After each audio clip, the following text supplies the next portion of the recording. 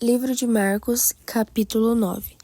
Disse-lhes, mas, em verdade vos digo, que dentre os que estão aqui, há alguns que de modo algum provarão a morte até que vejam o reino de Deus chegando com poder. 6 dias depois, Jesus tomou Pedro, Tiago e João e levou-os em particular a um alto monte, e foi transfigurado diante deles. As roupas dele resplandeceram e ficaram extremamente brancas, como nenhum lavandeiro na terra poderia branqueá-las. Então Elias e Moisés apareceram diante deles e falavam com Jesus. Tomando a palavra, Pedro disse a Jesus: Mestre, é bom estarmos aqui. Façamos 3 tendas, uma para ti, outra para Moisés e outra para Elias. Pois não sabia o que dizer, porque ficaram com muito medo. Nisso veio uma nuvem que os cobriu, e dela saiu uma voz que dizia: Este é o meu filho amado, a ele ouvi. De repente, olhando em redor, não viram mais ninguém, a não ser Jesus. Enquanto desciam do monte, Jesus ordenou-lhes que a ninguém contassem o que tinham visto, até que o Filho do Homem ressuscitasse dentre os mortos. E eles guardaram o caso em segredo, conversando sobre o que seria o ressuscitar dentre os mortos. Então perguntaram-lhe: Por que os escribas dizem ser necessário que Elias venha primeiro? Jesus lhes respondeu: Na verdade, Elias vem primeiro e restaura todas as coisas. Mas, então, como está escrito que o Filho do Homem deve sofrer muito e desprezado? Digo-vos, porém, que Elias já veio, e fizeram-lhe tudo quanto quiseram, segundo está escrito a seu respeito. Quando chegaram onde estavam os outros discípulos, viram ao redor deles uma grande multidão e alguns escribas discutindo com eles. E logo toda a multidão, vendo Jesus, ficou muito surpresa, e todos correram na direção dele e o cumprimentaram. E Jesus lhes perguntou: O que estáis discutindo? E alguém dentre a multidão lhe respondeu: Mestre, eu te trouxe meu filho, que tem um espírito mudo. Onde quer que o apanhe, provoca-lhe convulsões, de modo que ele espuma pela boca, range os dentes e começa a se enrijecer. Pedi aos seus discípulos que o expulsassem, mas eles não conseguiram. E Jesus lhes respondeu: Ó geração incrédula, até quando estarei convosco? Até quando terei de suportar-vos? Trazei-me o menino. Então eles o trouxeram. Ao ver Jesus, o espírito imediatamente provocou-lhe uma convulsão, e o endemoniado, caindo no chão, rolava espumando pela boca. Jesus perguntou ao pai dele: Há quanto tempo isso lhe acontece? Ele respondeu: Desde a infância. E muitas vezes o tem lançado no fogo e na água, para destruí-lo. Mas, se podes fazer alguma coisa, tem compaixão de nós e ajuda-nos. Ao que lhe disse Jesus: Se podes, tudo é possível ao que crê.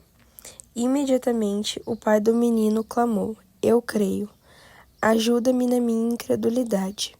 Vendo que a multidão, correndo, aglomerava-se, Jesus repreendeu o espírito impuro, dizendo: Espírito mudo e surdo, eu te ordeno, sai dele e nunca mais entre nele. Então o espírito saiu, gritando e agitando-o muito.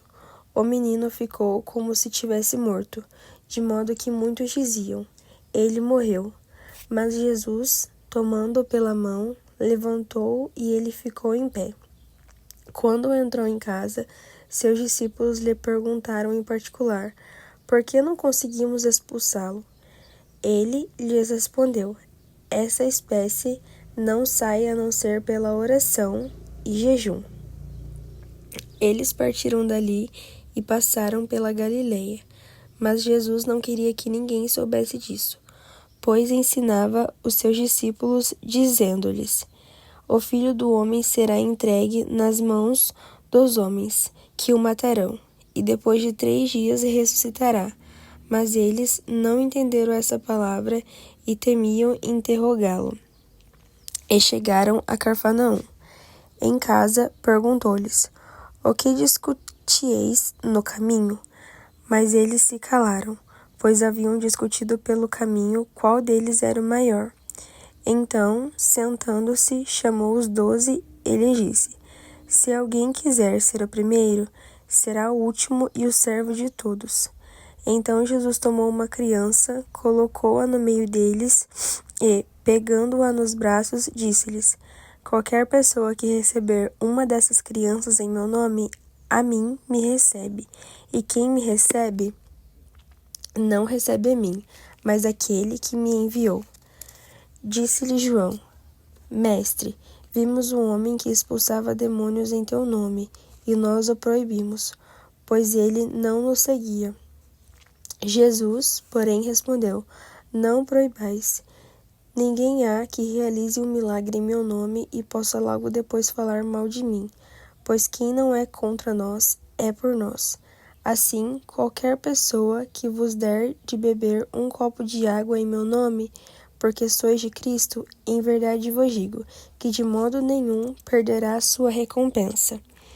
Quem, porém, fizer tropeçar um destes pequeninos que creem em mim, melhor lhe seria pendurar no pescoço numa pedra de moinho e ser jogado no mar.